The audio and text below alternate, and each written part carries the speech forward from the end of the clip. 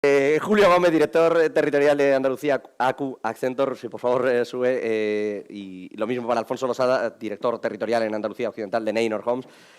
Antonio Gil, delegado territorial en Andalucía Occidental de Metrovacesa. Mónica Sanz Figueroa, directora de Servicios Jurídicos de la Territorial Centro de Invisa. Y José Ortiz, director territorial de Promoción Residencial en Andalucía Occidental del Grupo Insur. Bueno, pues ya. Qué bien mandados y ordenados, ellos solos con los carteles. Muchas gracias a los 5 por estar con nosotros.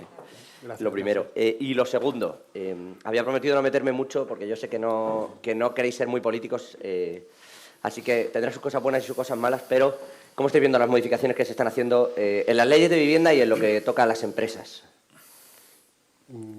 ¿Empiezo yo? Por ejemplo. A ver, pues hay que diferenciar, ¿no? Hay, como han dicho en la mesa anterior, hay muchas leyes, ¿no? Y se generan muchas leyes a lo largo de todo un año, ¿no? Y al final hay legislación autonómica, local y, por supuesto, estatal. En este año y en esta legislatura que llevamos andando se han puesto en marcha diferentes iniciativas legislativas. Yo entiendo que cada una de ellas con la mejor de las intenciones, pero ya ha pasado un tiempo, creo que suficiente para que se pueda evaluar qué está funcionando y qué no. ¿Qué está funcionando? Pues mira, yo de lo que conozco, que es Andalucía, que es donde nos movemos, yo creo que Andalucía, por ejemplo, lo que decía Nacho Pinado antes, el presidente de FAECO, hay cosas, el decreto de agilización de vivienda está funcionando. O sea, hay cosas que... ¿Por qué? Al final, porque yo creo que las administraciones, cuando escuchan al sector empresarial y aplican, no lo tienen por qué aplicar todo, pero cuando nos hacen un poquito de caso, al final eso funciona. ¿Por qué? Porque le hablamos, y aquí ahora vamos a hablar y vamos a debatir un ratito, de nuestra experiencia real, de lo que nos pasa en el día a día. Entonces, si estamos diciendo, señores, el planeamiento nos constriñe, el planeamiento no nos deja hacer todas las viviendas que podemos y eso se recoge en un decreto de agilización, pues bienvenido sea, ¿no? O sea, ese tipo de cuestiones vienen bien. ¿Y qué no funciona? ¿Qué no funciona? Bueno, pues creo que todos coincidiremos en que a nivel estatal pues la ley de vivienda no está resultando todo lo buena que por lo menos nos vendieron que iba a ser, ¿vale? Entonces, que no pasa nada, que al final las cosas se hacen con la mejor de las intenciones, pero que al final tienes que analizar y ver, oye, ¿qué ha pasado aquí? ¿Qué ha pasado allá? ¿Esto me ha ayudado o no me ha ayudado? Y todo ese buenismo que se pone en las leyes, no pasa nada por rectificar, por echar hacia atrás y a partir de ahí ir construyendo. No pasa nada bien traído. Luego tenemos al viceconsejero. Sí. Si pasa, cuando tomas una decisión y decides que la tienes que tomar para atrás, sí pasa, ¿eh? No, hombre, sí pasa. O sea, ojalá no pasara. Fíjate lo que te digo. Ojalá no tuviera oye, darse cuenta y poder decir, oye, voy a corregir estos 2 o 3 errores. Ojalá no tuviera el impacto político que tiene dar esa marcha atrás. Pero ¿qué es mejor, corregir o no corregir? Pues yo creo que corregir a tiempo. Sí. Pero hay que pagar un coste ahí, ¿eh? Yeah. Luego no lo cuentan. Con estos cambios, con estas modificaciones, ¿hemos salido ganando, perdiendo o empate? No, yo creo que, como decía Julio, con las últimas medidas y las modificaciones que ha habido, sobre todo en Andalucía, ¿no?, que es el territorio donde nosotros nos manejamos, pues ha ido a mejor, ¿no? Ha ido a buscar soluciones a la problemática, pues, de todo lo que hemos visto, de flexibilización de las tramitaciones, de intentar poner con el último decreto de medida urgente más viviendas en el mercado, pues utilizando o haciendo cambios de uso, ¿no?, de manera inmediata. Y de hecho nosotros particularmente pues hemos aprovechado ese decreto y en un plazo pues de 6 meses pues estamos poniendo 240 unidades de vivienda protegida que lanzaremos próximamente como consecuencia de ese cambio de uso o esa compatibilidad de uso, mejor dicho. En 6 meses, ¿eh? Sí, vamos, nosotros el decreto salió efectivo el 3 o 4 de marzo, me parece que es la publicación. Se abrió en el Ayuntamiento de Sevilla un periodo de presentar propuestas, se llevó a pleno en el mes de julio y nosotros ya dentro de la casa ya hemos lanzado los proyectos, es decir, ya tenemos anteproyectos y ahora mismo estamos pues con el tema de solicitud de licencia, con proyecto básico para solicitar licencia y empezar con la calificación y demás. Es decir, que en ese sentido, pues la verdad es que... Pero también es cierto, no sé si lo había comentado antes en la mesa anterior, que de todos los municipios, ¿no? Porque después aquí hablábamos también de la colaboración o de una política de vivienda consensuada a todos los niveles para que de verdad sean efectivas. Con ese decreto que en Andalucía, pues cuando estamos en 800 municipios, pues creo que a día de hoy se habían acogido al mismo pues unos 60 y tantos ayuntamientos, ¿no? Entonces, bueno, pues también al final la predisposición de todo el mundo a empujar hacia la misma lado es importante. No sé si se ponen. Bueno, yo creo que, bueno, hablando de la ley de la nueva ley de vivienda de Andalucía, lo hemos comentado antes, ¿no? Está muy enfocada a la vivienda protegida. Yo, escuchando la primera mesa, he de reconocer que he sentido cierta incomodidad, porque históricamente, bueno, o hasta ahora, realmente la vivienda protegida no ha sido un producto que nos haya... no salían los números y no ha sido un producto que hayamos... O sea, ¿es deficitario incluso construir VPOs? Totalmente. Bueno, lo ha comentado incluso antes Noemí, el tema de las calidades que tiene que tener una vivienda. Estamos hablando ya de unos costes de construcción costes de contrata en todas las licitaciones que están ya superando los 150.000 euros por vivienda. Es muy complicado, solo la construcción, sin tener en cuenta licencias, sin tener en cuenta tasas, sin tener en cuenta suelo. Es muy complicado que eso salga.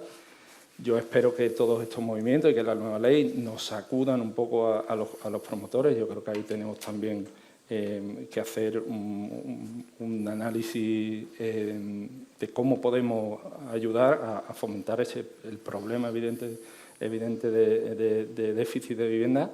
Y bueno, también lo han comentado, ¿no? Es importante ahí la colaboración público-privada y buscar fórmulas que yo entiendo que también se ha comentado antes, que si no es a través de una revisión de la fiscalidad de las viviendas protegidas, es muy complicado. Pero esto, os paso esa, pero queda un poco feo, ¿no? Cuando de repente llega la empresa y dice, a ver si me quitan los impuestos. Digo, visualmente, claro, sé que si no, no construyo, porque me doy negativo, pero claro, hay que explicarlo, ¿no? Hay que hacer una suerte de pedagogía con esto. Yo creo que en la mesa anterior se ha apuntado... Perdón, Pepe. Nada. Sin ningún problema. No, pero es que es un tema que hemos estado hablando antes y efectivamente yo estoy de acuerdo en que la fiscalidad a la vivienda protegida habría que quitársela, porque eso es bajada de precio directa. La fiscalidad a la vivienda libre probablemente... Pero no bajaría el precio, ¿no? Es decir, te le quitas eso para que las cuentas salgan. No, el cliente. No, si tú le quitas... Al de final, ¿vosotros con esto estáis? No. A ver, claro. Explicamos. La VPO, si tú le quitas el IVA, si tú le quitas el IVA al VPO, como tiene un precio tasado, el precio no va a variar. Con lo cual, cuando ese señor compra esa casa, la compra por su precio, no tiene que tributar más. Claro. Eso es.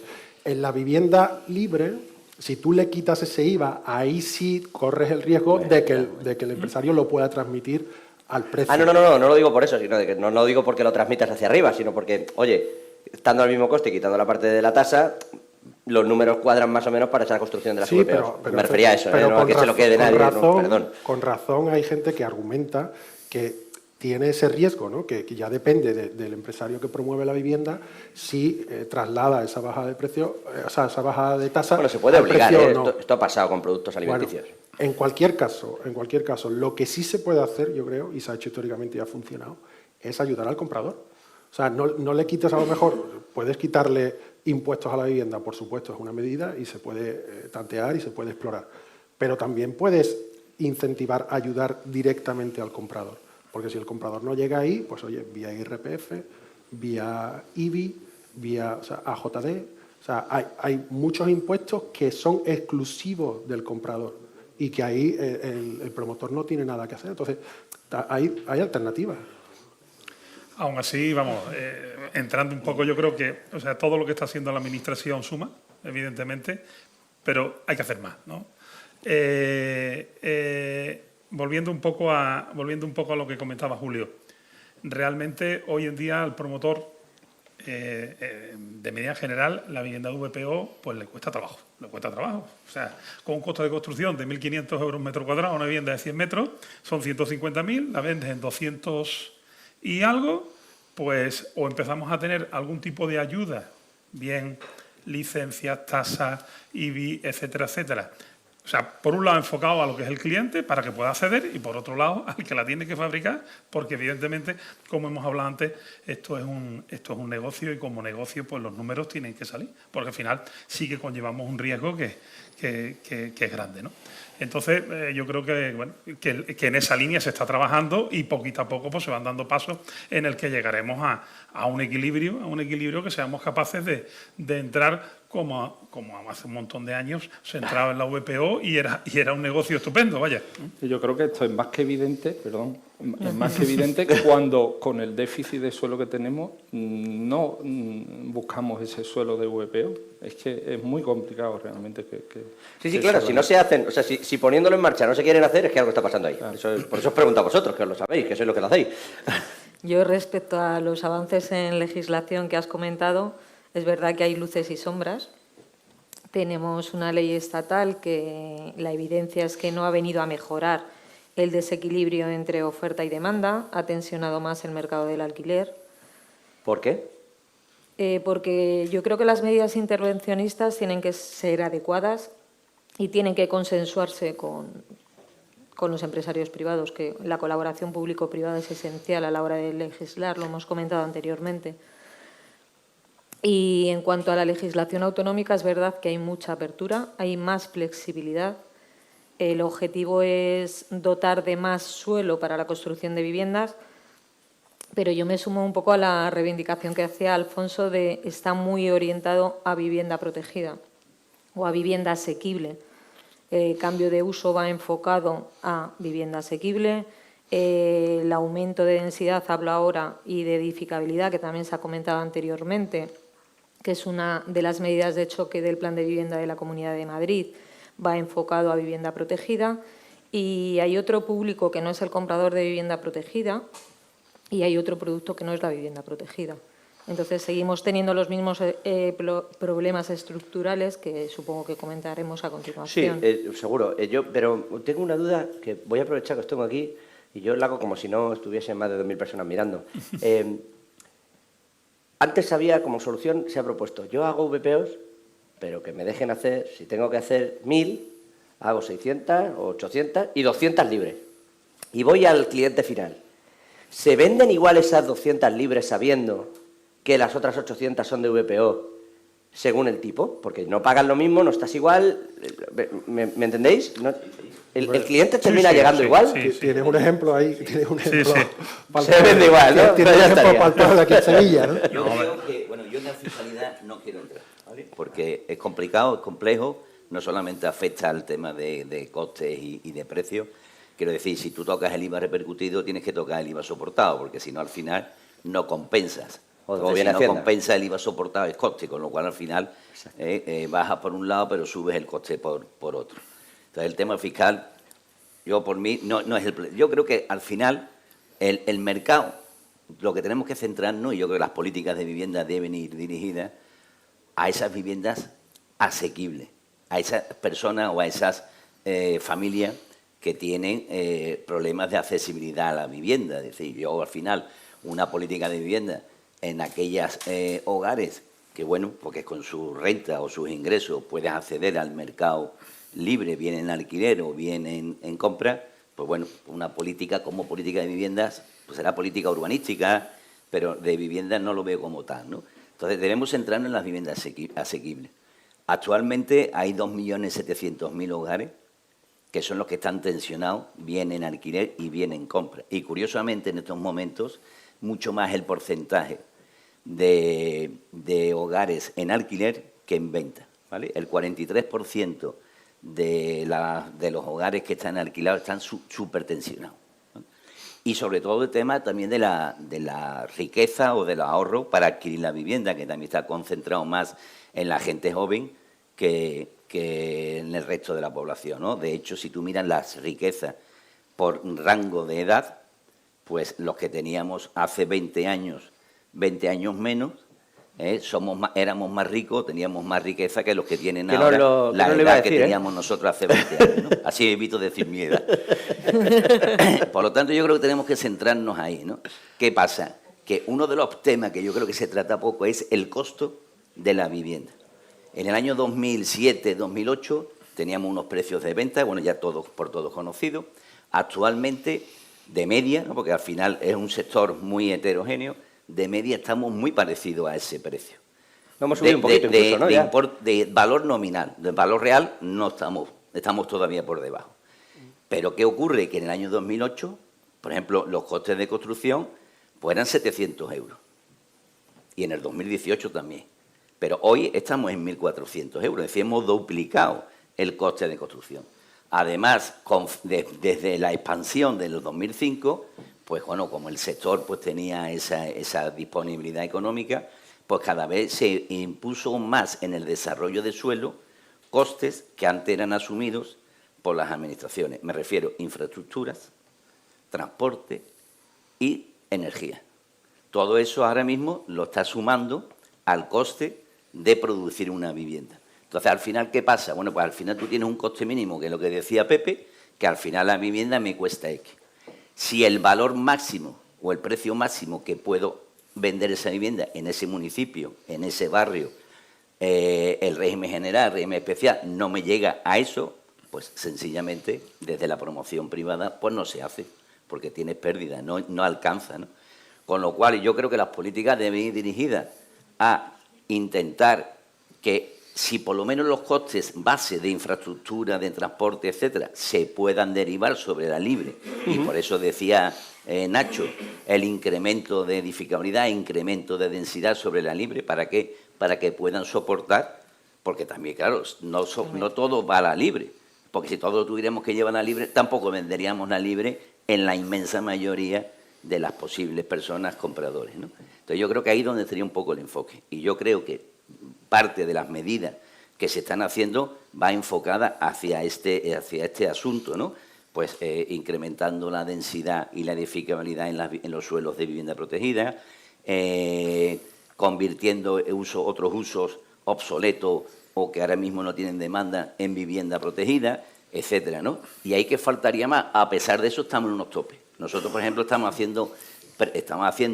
hecho 330 viviendas. Porque en Metro Bacesa en concreto estáis haciendo. Estamos haciendo. Y aquí en Sevilla, 330, de las cuales 200 hemos entregado y estamos entregando estos días, y las otras 130 las entregamos en el año que viene, en el primer semestre, y hemos puesto 240 más, ¿no? O sea, nosotros estamos apostando, y a nivel nacional pues también tenemos volumen. Pero eso tiene un coste. Nosotros estamos haciendo precio tasado o precio limitado, como lo queramos llamar, porque el régimen general ya no nos salen las inversiones, porque además no solamente el coste, el plazo también de la falta de mano de obra.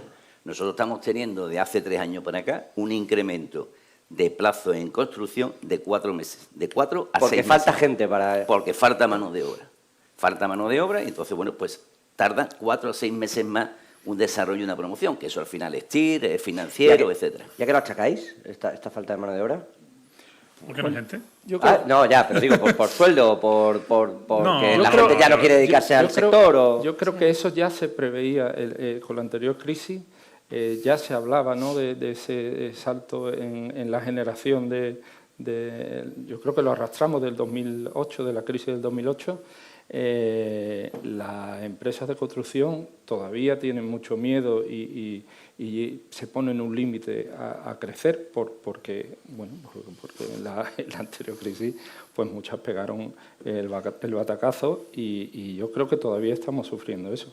Y claro, hemos hablado de la falta de suelo, pero y también se ha comentado, ¿no? Yo creo que ahora no hay capacidad industrial de construir más. Que es un problema que también desde la legislación se debería intentar fomentar. ¿Cómo hacemos para fomentar que la gente quiera trabajar en el sector, que lo vea interesante, que no lo vea arriesgado? ¿Cómo hacemos? No sé. Bueno, y la industrialización, Sí, ¿no? La pero industrialización esto- creo que es un esto- tema que pero está muy esto- encima de la mesa. Luego, con los sueldos Sí. no funciona. O sea, lo que No, pasa es que vamos, luego yo- entonces se te sube el coste, pero yo personalmente yo recuerdo pienso faltaban que- soldadores y ahora los soldadores cobran una pasta. Sí, pero yo creo que personalmente entiendo que en la crisis se destruyó el tejido empresarial y el oficio, ¿no?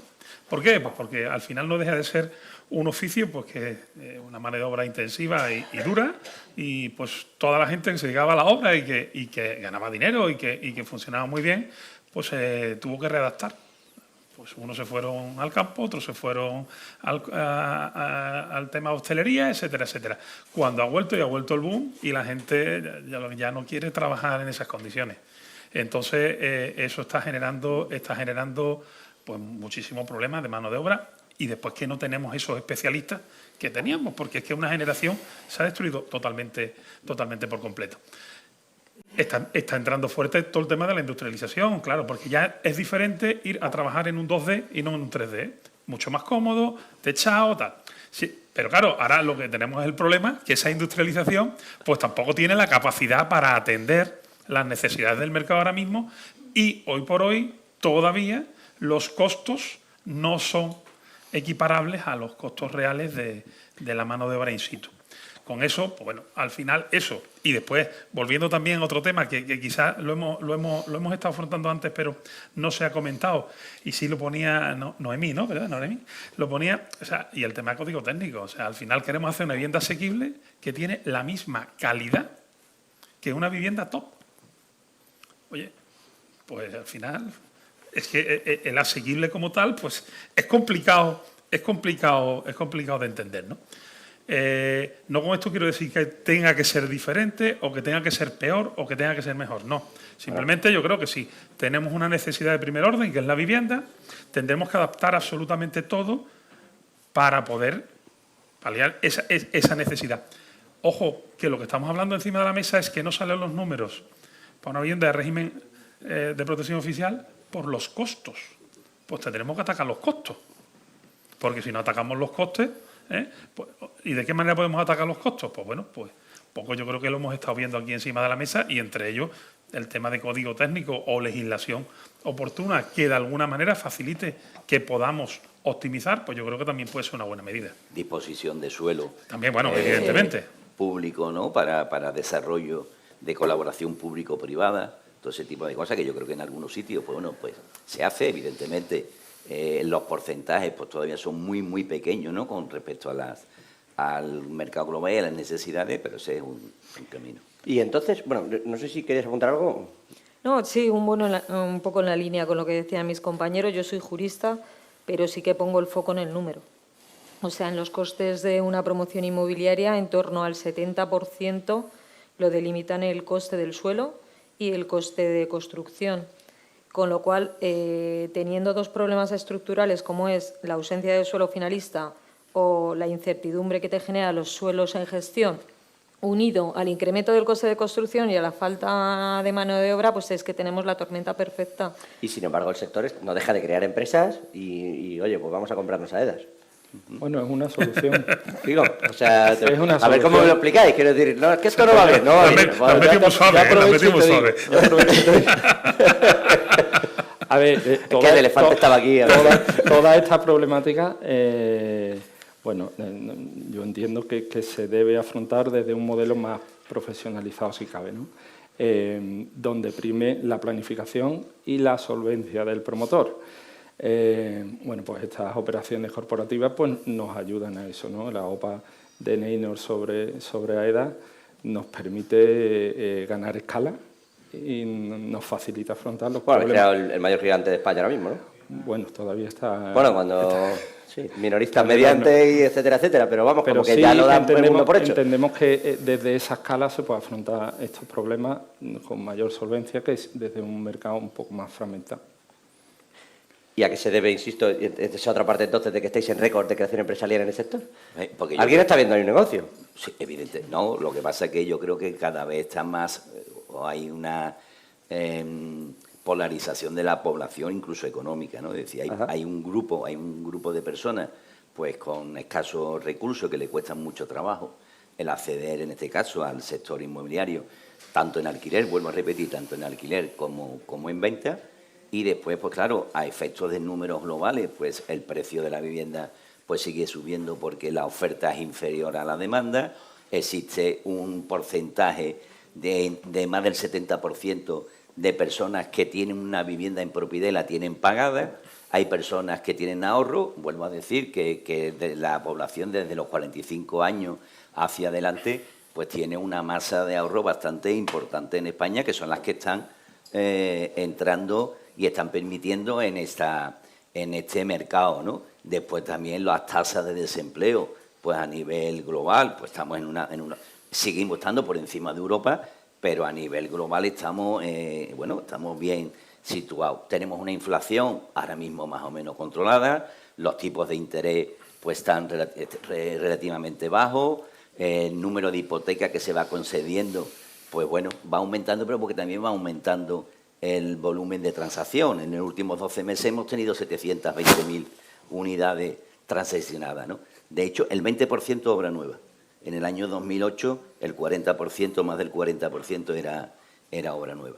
Pero claro, hay un núcleo de población, que es lo que comentaba antes, pues que tiene dificultades. Incluso en la renta, el 43% está tensionado, es decir, no puede acceder. Hay personas que por debajo de 2.000 euros de ingresos netos en la unidad familiar está tensionado en el alquiler y en la venta por debajo de 1.500 euros, esa unidad familiar, ¿vale? Dice, ¿cómo compra? Bueno, porque le ayudarán los padres o lo que sea, ¿no? Se te mueren. Entonces, ahí es donde tenemos que... De verdad digo esto, ¿eh? Y ahí En mi generación se te mueren los padres y con eso te se salvo. produce, esa discordancia hay se mucho produce. trabajo Además, económico. y termino, hemos tenido en los últimos 5 años un incremento de población, no solamente de hogares, como comentaba Nacho antes, por las circunstancias de las formas de vida, sino de inmigración de 2,5 millones. De 2,5 millones.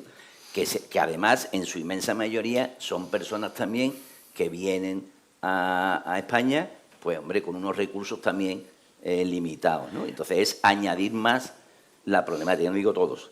Ahora abro ese melón y el de esto de los boomers y la generación actual. Ahora, si quieres, nos metemos en esos dos charcos, no hay problema. Si yo por pisar no me va a quedar, ¿sabes? Pero quería abordar, porque estáis aquí y porque estáis afrontando los desarrollos, en particular, bueno, en Andalucía, pero en particular en Málaga, Sevilla, estáis afrontando retos bastante peculiares y curiosos. Y quería que me hablaseis un poquito de cuál es la situación empresarialmente vuestra en esas ciudades y de lo que estáis generando en ello. Pues mira, nosotros, por ejemplo, estamos en Andalucía, es una de nuestras plazas preferentes en España y en Andalucía estamos muy concentrados, como no puede ser de otra manera, en sus grandes capitales, ¿no? Tanto Sevilla como Málaga. Estamos muy ilusionados porque al final en el conjunto tenemos en carga unas 800 viviendas y son unas inversiones importantes de 100, 150 en cada una de las ciudades, 100 millones Sevilla, 150 en Málaga.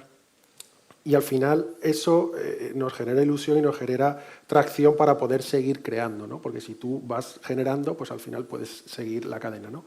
¿Qué ocurre? Pues que miramos al futuro con ilusión, pero con cierta incertidumbre de qué va a pasar en el mercado del suelo, ¿no? Porque si tú no tienes tu materia prima, no puedes seguir generando. Gracias a Dios, las ciudades están racionando. Al final, tanto Sevilla como Málaga se están poniendo a la tarea, están generando, pero necesitamos sobre todo que pongan foco en los nuevos sectores. O sea, que sectores que están, y me consta que los ayuntamientos de las dos ciudades están trabajando duramente en ello, pero necesitamos que esos sectores se agilicen, porque sobre todo tienen una carga, creo que lo ha mencionado antes Antonio de Refilón, muy importante, que es el que hace que esos propietarios de ese suelo o ese posible urbanizador que lo quisiera llevar adelante no pueda, que es que la banca no da préstamos para desarrollar un suelo. Y desarrollar un suelo es súper intensivo en capital, es muy intensivo en capital. Y si no tienes seguridad jurídica para desarrollar ese suelo, tampoco el capital extranjero ni ningún tipo de capital va a venir a ayudarte. ¿Y esto lo echáis en falta? O sea, sigue pasando esto de, perdonéis la expresión, ese canguelo a que cambie el color político y diga, ¿sabes dónde nos vemos? Bueno, o no es que- tanto. No, es más que que- solo tienes que preguntar por plazos en un ayuntamiento. Yo creo que ni los propios ayuntamientos ni las propias saben darte un plazo real de tramitación de un expediente. Es que no. Bueno, pero eso ya no depende, digo, no Claro, depende de pero- los políticos. Claro, eso que claro, ya eso hay- es- Por eso, pero tienen eso muchas ya la urbanísticas. incertidumbre está intrínseca. O sea, si no tienes un plazo, ya me dirás. Realmente, lo que estaba comentando, no es un tema de color político, es un tema de gestión, lo han comentado en la mesa anterior. Al final, los plazos son tan largos, que cuando se aprueba el planeamiento no sirve para lo que se había pensado, ¿eh? Hablábamos de la unidad familiar, ahora son 2 unidades familiares, pues en un planeamiento donde te dicen que baja más 4 y 120 viviendas, no te sirve. ¿Por qué? Porque 120 viviendas a una media de 100, pues que ahora me hacen falta de 60, con lo cual tiro edificabilidad. Entonces, realmente, una de las claves para poder ajustar esa oferta a la demanda, que yo creo que es el principal problema que tenemos encima de la mesa hoy, pues yo creo que estamos en un momento muy bueno del sector, nada comparable con el anterior, porque los distintos indicativos pues nos hacen ver que realmente no estamos en esos números ni se les parecen, pero sí que es verdad que tenemos un problema importante entre ajuste de oferta y demanda. Y ese ajuste de oferta y demanda, pues bueno, se han tocado muchísimos temas esta mañana, pero desde el punto de vista urbanístico, con gestiones de suelo, todo el tema de transformación urbana, pasando también por elementos propios de la empresa, ¿no? Como puede ser pues creación de gemelo digital para el diseño y optimización de proyectos, yo qué sé, aparte de este tema, pues, el tema financiero, pues ayuda, fondos, o sea, todos los temas que hemos estado esta mañana viendo, el tema de flex living, etcétera, que yo creo que es un tema que empezó como una pequeña nicho de negocio y creo que viene para quedarse. Al final, todas esas cosas son las que tenemos que ir poniendo encima de la mesa, con una colaboración muy estrecha, público-privada, de tal forma que se vayan dando, pues en cada caso, la mejor combinación para que podamos seguir desarrollando. Yo creo que el sector está en un momento muy bueno, pero bueno, tenemos, como todo lo bueno, pues tiene evidentemente pues sus retos por detrás, que es los que tenemos que ir trabajando, ¿no? Claro, por eso os preguntaba, ¿no? Por lo que tenéis en concreto en Andalucía, y hay algunos que estáis desarrollando, por eso decía que oye, hay ciertos planes, y yo que vengo de Madrid, por ejemplo, esto de Madrid Nuevo Norte, que se lleva hablando, esto era Pretecho Martín, esto no sé qué, no me voy a meter ahí, ¿no? No, lo digo porque Bueno, esto lleva 40 años ahí, Perdona, y no sale nunca. pero es un claro ejemplo que cuando salga, a lo mejor lo que estaba diseñado ya no sirve para lo que Bueno, se quería, es ¿no? que ya lo que está diseñado ahora ya tampoco era, y lo que o sea, no sale nunca porque no estaba diseñado, o sea, es así todo el rato, amén de todo lo que hay por detrás, pero bueno, que también hay unos con sus derechos, el otro con el no sé quién, entonces esto, si esto está bien, esto está mal, si el suelo es de uno, el suelo es de otro, y otra vez míralo, y así efectivamente otros 20 años pasamos y ahí no sé. Pero decía yo, o sea, aquí sí que estáis poniendo varios proyectos en marcha, y te preguntaba yo por Sevilla y por Málaga en concreto, porque es donde se están poniendo, digo, proyectos bastante grandes también de vuestra mano. Nosotros, por ejemplo, en Invisa, aunque no jugamos en la misma liga, pero de las 1.500 viviendas que tenemos en cartera actualmente, 300 las estamos desarrollando en Sevilla, en una única promoción en Entre Núcleos, que creo que los compañeros también conocen el sector. Y bueno, desde nuestro punto de vista, comercialmente están funcionando muy bien. Lo que sí que reclamamos es un poquito más de agilidad en la concesión de las licencias de obras. Sobre todo en 2 hermanos, ¿no? Bueno, no sé, nosotros, Sevilla evidentemente para nosotros es importante, ¿no? El entorno de Sevilla. Nosotros en Andalucía más o menos tenemos 1/3 del negocio nacional, y este año en concreto entregamos la mitad de las viviendas, se entregan tanto en Andalucía Oriental como Occidental. Nosotros estamos en Entre Núcleos, estamos en Palmas Altas evidentemente, y estamos en Cruzcampo. Estamos con viviendas de distintos niveles de precio, y si nos vamos a Málaga, pues evidentemente ya entramos ahí incluso en las viviendas de lujo, ¿no?, que decía antes Noemi, y bueno, y tocamos un poco todos los perfiles, ¿no? Quizás tengamos unos datos y una base de datos que es la que, en fin, nos hace incidir un poco lo que he estado comentando antes. Nosotros hemos hecho VPO aquí, nos ha comprado las viviendas protegidas, porque claro, las viviendas protegidas, decíamos antes que es vivienda habitual y la única vivienda. El propietario de la vivienda protegida no puede tener ninguna otra vivienda, ni de vacaciones. Por eso decía un poco, a mí lo de la protección continua, si es una vivienda en venta a un particular, yo creo que no es del todo buena idea. Y que si te haces bien los tiempos, Claro, primero no entras a la puedo protegida y luego ya verás, tener ¿no? nunca una de vacacional, ¿no? Teórica. Entonces, bueno, ¿quiénes no lo están comprando? La gente joven. Claro. La gente joven. Es verdad que en nuestro caso son gente joven profesionales, con un grado, un puesto de trabajo de cierto nivel, pero son gente joven las que no están comprando. Entonces, bueno, pues ahí estamos cubriendo un poco el nicho de mercado necesario. Y ya te digo, y yo creo que es un poco la apuesta, es decir, bueno, y ahora Sevilla en particular, además, yo creo que ya se venía también intentando poner suelos en desarrollo, pero es evidentemente que en los últimos años se ha dado un empujón muy fuerte. Y había muchos suelos en desarrollo que estaban ahí, pues bueno, al tran, y la verdad que se está impulsando muy positivamente, y también con las legislaciones, evidentemente, autonómicas, que también ha habido cambios. Yo no sé si tú quieres añadir algo. Bueno, lo que decía Antonio, yo creo que Sevilla ha tenido históricamente un problema de desarrollo de sectores estratégicos, ¿no? Que han estado bloqueados durante muchísimos años. Creo que ahora se está dando un impulso importante y esperamos que tenga resultados, pero bueno, de eso se han alimentado municipios en el perímetro y en la corona de Sevilla, como son Mairena o como es Dos Hermanas con Entrenúcleo, en las que hemos desarrollado, pues en Entrenúcleo estamos ahora para arrancar la 6ª promoción, por ejemplo. En Sevilla capital ha sido un foco muy importante para nosotros, pero la compra de suelo ha tenido que ser una compra de suelo creativa. Hemos tenido que inventarnos y que buscar la forma de sacar un suelo, no en desarrollo, no en sectores de desarrollo, que eso que es lo que digo, han estado bloqueados mucho y hemos tenido que buscar y rebuscar mucho. Cuando habléis de sector de desarrollo, por acotarlo, ¿a qué os referís? Sí, bueno, hablo de Buenaire o hablo de Pítamo, son sectores que llevan muchos años, que son muy interesantes, yo creo que son claves para el crecimiento de la ciudad, pero que le falta un empujón. Ya. Que no es suelo finalista, que requiere mucha Claro. inversión, como comentaban antes. Voy a abrir una sección de Desmontando mitos, si os parece. ¿Es un problema la ocupación, en términos generales, a la hora de comprar, vender o rehacer ciertas VPOs, ciertas viviendas, o de afrontar esto, o para la empresa no es un problema? Depende, si tienes stock, sí, y si no tienes stock, no. Bueno, voy a sacaros de aquí. La segunda, hablábamos, y esto lo hacíamos fuera, y creo que lo hacíamos con Antonio, y quería abordarlo para todo el mundo. Esto de la famosa especulación, de que llegue un fondo y esté comprando todo Madrid, ¿no? Y llega otro fondo y ha comprado Sevilla entera, ¿no? Porque es un poco el imaginario, o sea, que esto es lo que está quedando en el imaginario colectivo. Me echabais la bronca a mí, por si somos los periodistas los que tenemos la culpa de hacer esto y de que todo el mundo piense que esto es así, pero en realidad, ¿cómo es? O sea, porque decía Antonio antes, esto representa en realidad un porcentaje ínfimo de lo que es en realidad la compraventa de inmuebles.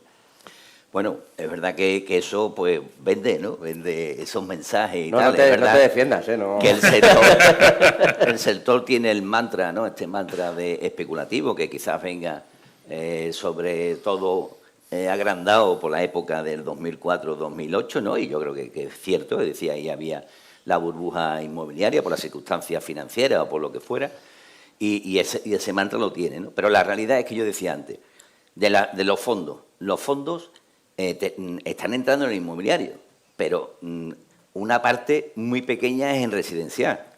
El resto están entrando en oficinas, en centros comerciales, en living, el concepto, y el living evidentemente se produce ante la falta de habitacionalidad, ¿no? De decir, oye, como no podemos hacerlo por todo el tema de los parámetros urbanísticos en el suelo residencial, pues lo tenemos que inventarnos y lo hacemos en otros usos, ¿no?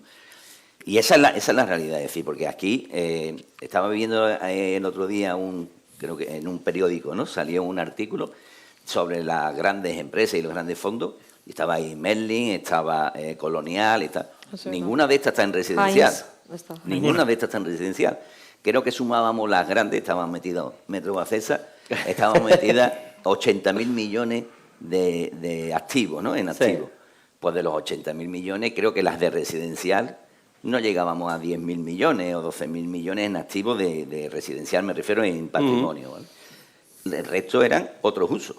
Bueno, Merlin está con los centros de datos, ¿no? Sí, también, ¿no? Bueno, otros usos. Y después, con respecto al tema de la vivienda en sí, que sobre todo los fondos vienen al alquiler, ¿vale? El 93% de las viviendas en alquiler en España están en manos de propietarios que tienen esa vivienda y en la que viven. Ese es el 93%, ¿vale? Y además, el 44%, los ingresos que tienen son las pensiones y un 40% tienen los ingresos de nómina, por cuenta ajena, ¿vale? Esa situación. Y después, con respecto a compras, a nosotros, extranjeros, que no son fondos, porque el fondo estaría dentro de ese 8%, un 2-3%, no más. El extranjero no residente, que está adquiriendo vivienda de compra, no llega al 8% y está descendiendo, ¿vale? Está descendiendo. Entonces, y además los fondos son importantes. ¿Por qué? Porque si viene, vamos a imaginar el fondo buitre que vino hace 5 años, ese trae después los fondos duraderos. O sea, porque los fondos al final dicen, oye, pues ese país funciona, ese país está bien para invertir, y entonces vienen los fondos. Con el capital local no somos capaces, o no seríamos capaces de, aunque nos dieran todas las facilidades del mundo para poner viviendas ahora, no tendríamos capital para desarrollar todas las viviendas que necesitamos ahora mismo.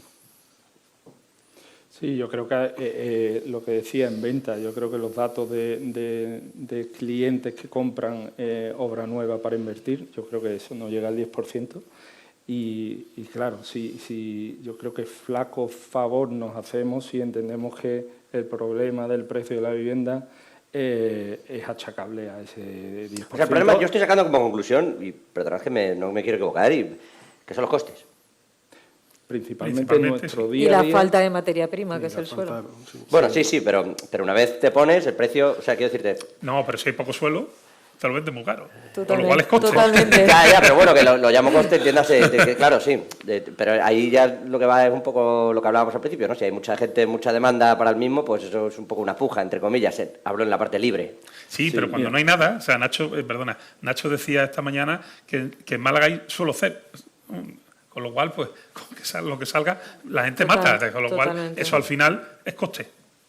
Pero independientemente, una vez que tú compras el suelo y cierras tu viabilidad, si por lo que sea el ayuntamiento tarda un poquito en la licencia, cuando vas a construir, ya no tiene nada que ver los números con los que aprobaste hace un año. Pero nada que ver. Entonces, nada que ver. Nada que ver. Entonces, nuestro día a día y nuestros cambios en los precios, nuestros incrementos de precios, responden a ese incremento de costes que es que no deja de subir y no deja de sorprendernos. Y yo cuando escucho noticias, no, se está estabilizando, no lo veo. Yo no lo veo en el día a día. También es verdad que va, como se suele decir, por barrio. Quiero decir, no es lo mismo Málaga, que es una ciudad actualmente muy tensionada, porque hay muchísima demanda y muy poca oferta, y además la que hay hace que las obras de construcción que se están haciendo en la ciudad no las puedan atender, ¿vale? Entonces, ¿qué ocurre? Las constructoras, pues al final es un sitio complicado de poder desembarcar, de poder hacer negocio en una plaza donde ahora mismo pues está habiendo cierto problema habitacional, ¿no? Entonces, tú no puedes traer, pues lo normal sería, oye, pues tráete la mano de obra de fuera, ¿no? Tráete la mano de obra de Jaén, de Granada, de Madrid, donde quieras, ¿no? Claro, pero si la ciudad no puede atender a esas personas porque realmente vive un mundo económico de mucha índole, tecnológico, de nuevas empresas y tal, pues al final todo eso se junta y sube el precio. O sea, eso está pasando en Málaga, eso no está pasando en otro sitio. Pero ¿qué ocurre? Que el efecto concentración, el efecto llamada que tiene una actividad económica que pueda estar desarrollándose en esa ciudad, pues todo eso al final se va encadenando y es lo que provoca, una cosa va provocando la otra. En Canarias hace poquito, reunido con varios responsables allí, nos decían, estamos promocionando mucho que venga la gente de rodajes, que vengan, pues porque la fiscalidad es muy atractiva para el tema del sector de videojuegos, sector audiovisual, etcétera. Y decían, está viniendo mucha gente, mucho extranjero incluso, que viene a vivir y alquila. Más limitado que el suelo de la isla es muy difícil. Y entonces ya tenemos el problema real de que esto está ocupado ahora mismo por gente que son franceses, son italianos, son alemanes, son estadounidenses. Y de cada vez viene más gente atraída por eso, e incluso españoles, o sea, que gente de San Sebastián, de Madrid. Y tenemos un problema aquí, que es que no atendíamos ya la demanda anterior y ahora es imposible. Entonces, como termina chocando el hecho de que para que crecer en PIB en la región, pues pones en valor el atractivo que supone el ir allí, pero a la vez choca con, ahora tengo un segundo problema, que es, en Andalucía, ¿veis que esto esté pasando en algún punto? Es decir, que por promover en Málaga ese polo tecnológico, que por lo que está ocurriendo ahora en Sevilla, etcétera, etcétera, la venida de otro tipo de sectores y de otro tipo de trabajadores, de otro tipo de modo de vida, en realidad, que no era el habitual, dificulta por completo el desarrollo de lo que vais a construir o de lo que se está haciendo en la ciudad. Hombre, dificultad, está claro, porque al final lo que tú estás diciendo, la actividad económica genera más atracción, más gente, más presión y evidentemente las velocidades son diferentes. La velocidad a la que se mueve la gente, a la que se mueven las empresas tecnológicas, a la que se mueven todo este tipo de actividad económica es totalmente diferente a la velocidad a la que se construye una casa, o ya no te cuento, a la velocidad a la que se promueve un sector y se pone en carga. Es que la capacidad de acción-reacción no es inmediata.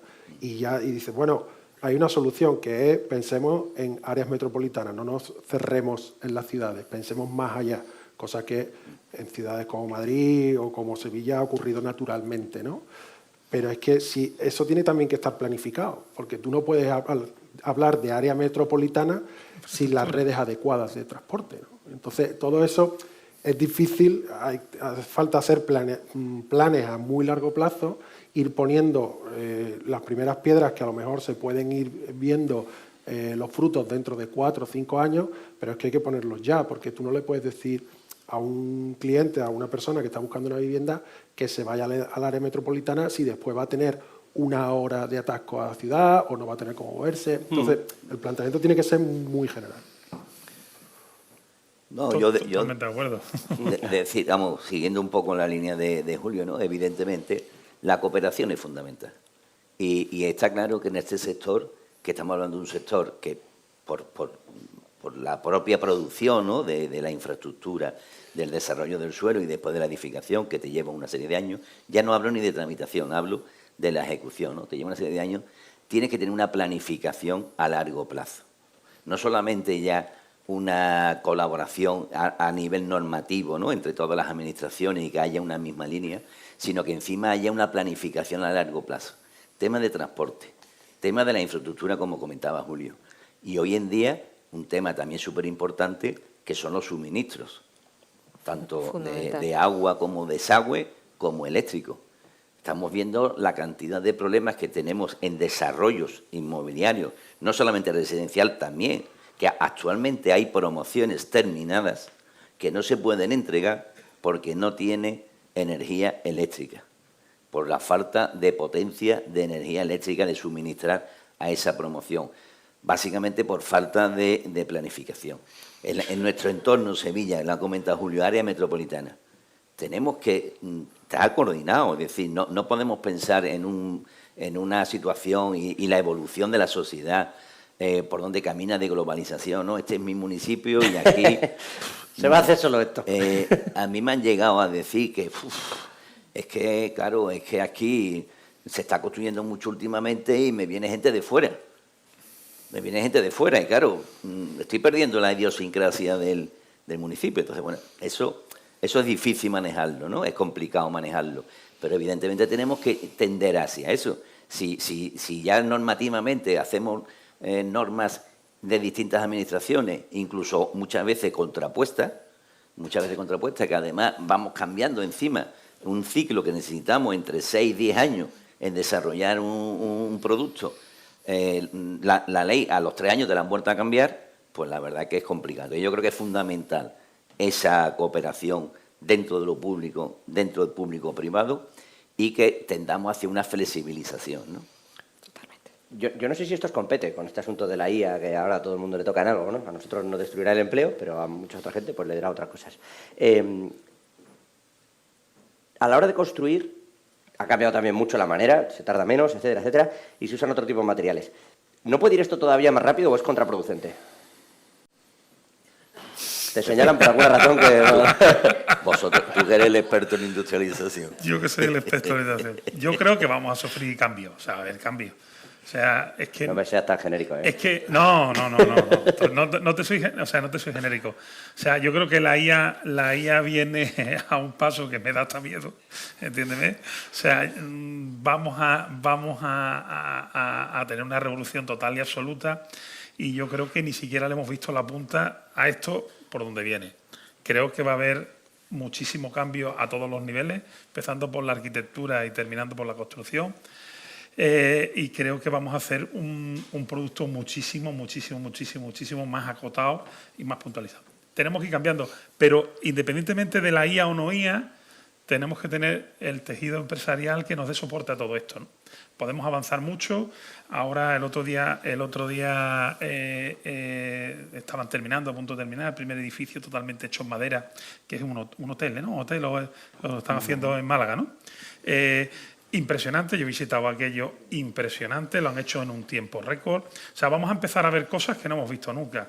Yo estuve estudiando no hará mucho un hotel de baja más 9 totalmente, una empresa, concretamente IKEA, vaya, que tenía módulos de madera y se ensamblaban como tentes y te hacían un edificio en 6 meses, ¿no? Todo esto poquito a poco, pero claro, nos falta la industria detrás, ¿no? Pero sí, por eso pregunto, ¿eh? ¿No? Sí. Entonces, yo creo que se está trabajando en esa línea y que de alguna manera hoy en día el edificio ya no tiene absolutamente nada que ver con lo que hacíamos hace 5 años y menos todavía con lo que hacíamos hace 15.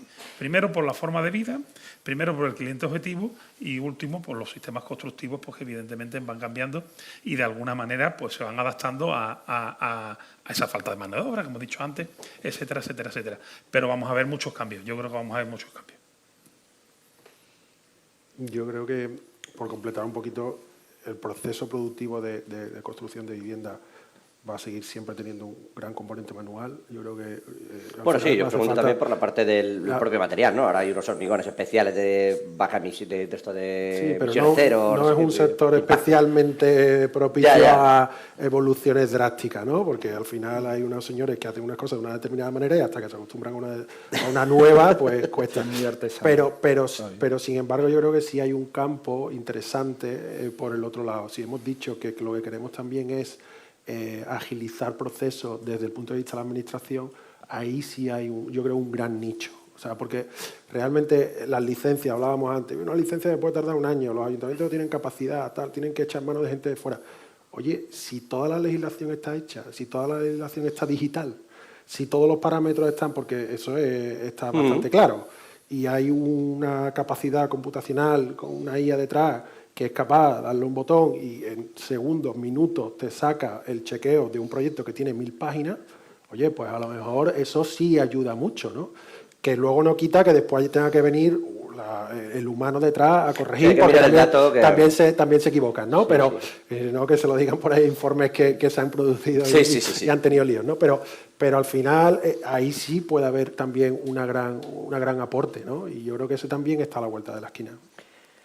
No sé si queréis ir con esto o os hago la última, porque no me voy a ir sin hacerla, quiero decir. Al hilo un poco de lo que decía antes, creo que era Antonio, que ha comentado lo de que el mayor porcentaje de viviendas, el 93, creo que ha dicho, está en manos de gente que tiene su casa y otra que alquila, ¿no?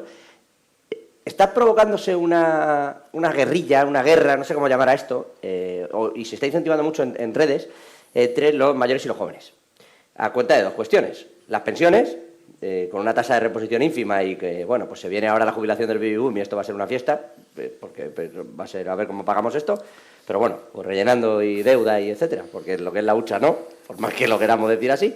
Y la otra es la vivienda. Porque se está como, y insisto, a mí me parece un poco injusto, porque el que se jubila, ¿qué culpa tiene? ¿No? Con lo que me ha costado llegar, ahora me vas a decir a mí que es que no, si yo eso lo entiendo también.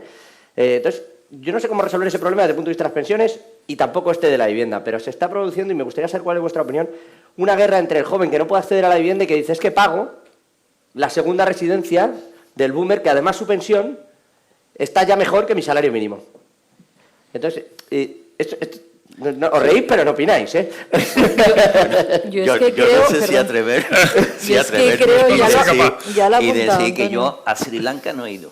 Vale. Mi hijo, yo tengo 2 hijos, uno ha ido a Sri Lanka y otro ha ido a la Galápagos. Pues o lo sea has dicho todo, Antonio. Entonces, Debes decirlo, pero- es verdad, cuidado, eso es la broma, ¿no? Esa es la broma. Cuidado que los salarios también, es decir, aquí ha habido una evolución en el tema de la vivienda de incremento de precios y los salarios son la mitad Totalmente. de los que había. Es decir, tú miras en el 2005 y el precio de la vivienda y el salario estaban igualados, hoy están el doble, ¿no? Independientemente del salario, es verdad que también es un tema conceptual y de generación, ¿no? Entonces, claro, pues yo no soy sociólogo, yo no tengo ahí respuesta. Ni tiene la bolita de cristal, ¿no, Antonio? Pero Antonio ha dado la clave antes. Yo creo que el problema lo tienen las nuevas generaciones, ¿no? Porque Claro, eso seguro. Porque ahora mismo nosotros estamos comiendo de un trasvase de recursos que han ido acumulando las generaciones de más mayores. Luego nosotros hemos tenido la suerte de poder empezar a trabajar cuando acabamos la carrera y a lo mejor pagar un piso y mejor o peor, ¿no? Hay un mercado muy fuerte ahora mismo de reposición. Nosotros cada vez tenemos más clientes que venden su casa para comprar algo mejor. Eso es evidente también, porque el producto no tiene nada que ver en cuanto a diseño, en cuanto a dotación, en cuanto a infraestructura, no tiene nada que ver con el producto que había hace 10 años. Y bueno, yo creo que un poco estas generaciones están, entre comillas, salvadas, generalizando muchísimo, ¿no? Y que evidentemente el problema lo tienen las nuevas generaciones, que Así lo voy a titular. que es muy El complicado. problema lo tienen las nuevas generaciones. El que venga que arre, le voy a poner de subtítulo. Evidentemente lo tenemos todo porque yo tengo hijos y vienen detrás, claro. Es un problema general. Pero yo creo que no. El tema está, o yo por lo menos lo que no le veo es la relación directa. Te quiero decir, Claro, ahí es donde quería, o sea, si esta yo- guerra es real o no. yo, Quería llegar yo ahí. yo no lo creo. Yo de verdad no lo creo, porque no tiene nada que ver la persona jubilada que ha estado toda su vida trabajando y que se ha podido procurar. No es ningún secreto que en este país la compra de una segunda vivienda ha sido un método de ahorro tradicional y eso no se puede ahora mismo demonizar. Esas personas optaron por esa opción, tan válida como otra, y no se les puede achacar que sean los culpables de que los jóvenes no tengan ese acceso a la vivienda. Yo creo que la clave está en lo que se ha comentado antes, o sea, que es que el poder adquisitivo no ha crecido tanto como ha crecido el precio de la vida. Entonces, Totalmente. si tú antes, con lo que llamamos en el sector la tasa de esfuerzo, ¿no? O sea, al final, si tú necesitabas X meses de tu salario para pagar la vivienda, X años para pagar una vivienda, Pues hace no sé ahora cuánto ya- tiempo, ahora se te extiende muchísimo. Y ¿Por eso qué? que está Porque- el tipo muy bajo, cuidado con esto. bueno, pues por eso también el sector es tan sensible a eso, por eso también los clientes son tan sensibles, porque al final le cambias un poco las reglas de juego y van tan justos que es que enseguida se quedan fuera, ¿no? Por eso. Sí, no, simplemente, también en nuestra época, ¿no? Cuando yo adquiero la vivienda, teníamos cuenta de ahorro vivienda y después te desgrababa también de la Bueno, eso renta. es- sí, las Y eso ayudas que al hacía, comprador, ¿no? pues Hemos eso dicho hacía a antes. lo mejor motivarte, Bueno, te metías un plan de pensiones y también te podías desgravar bastante más. también. Bueno, no, tenías un tope. 8.000. Bueno, en la otra también. Pero que te quiero decir que en la cuenta de ahorro vivienda, que tú no estabas ni con pensamiento todavía de tener vivienda, ¿no? y soltero, pues bueno, oye, era un aliciente a lo mejor también para poder invertir.